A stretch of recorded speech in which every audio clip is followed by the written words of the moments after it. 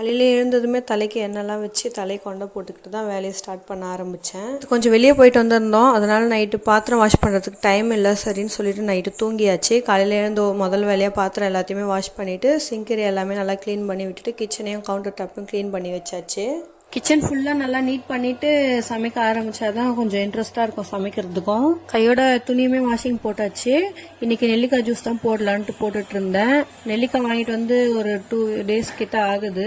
அது அப்படியே இருந்ததுனால சரி இன்றைக்கி போட்டுடலான்ட்டு போட்டுட்டு இருந்தேன். ஒரு 8 நெல்லிக்காய் கிட்ட எடுத்திருந்தேன். 2 பேருக்கான அளவு தான் போட்டிருந்தேன். எங்கள் அம்மா எங்கள் வீட்டுக்கு வந்திருக்காங்க, அவங்களுக்கும் எனக்கும் சேர்த்து தான் போட்டுட்டு இருந்தேன். எங்கள் வீட்டுக்காரர் இதெல்லாம் குடிக்க மாட்டார். எம்டி ஸ்டமக்கில் தான் குடிச்சிருந்தேன். அந்த டேஸ்ட் எனக்கு அந்த அளவுக்கு பிடிக்கல, ஒரு மாதிரி தான் இருந்தது. சரி வேறு வழி இல்லை, ஹெல்த்துக்கு நல்லதுன்னு சொல்லிட்டு குடிச்சாச்சு. இதுக்குள்ளே தூங்கிட்டு இருந்த குட்டி எழுந்துட்டான். அவனுக்கு பால் காய்ச்சி ஆற வச்சு கொடுத்தாச்சு. ஜூஸ் எல்லாம் குடிச்சு முடிச்சுட்டு இன்னைக்கு பிரேக்ஃபாஸ்ட் வேலையை ஸ்டார்ட் பண்ணியாச்சு. தோசையும் புதினா சட்னியும் தான் செஞ்சுருந்தேன்.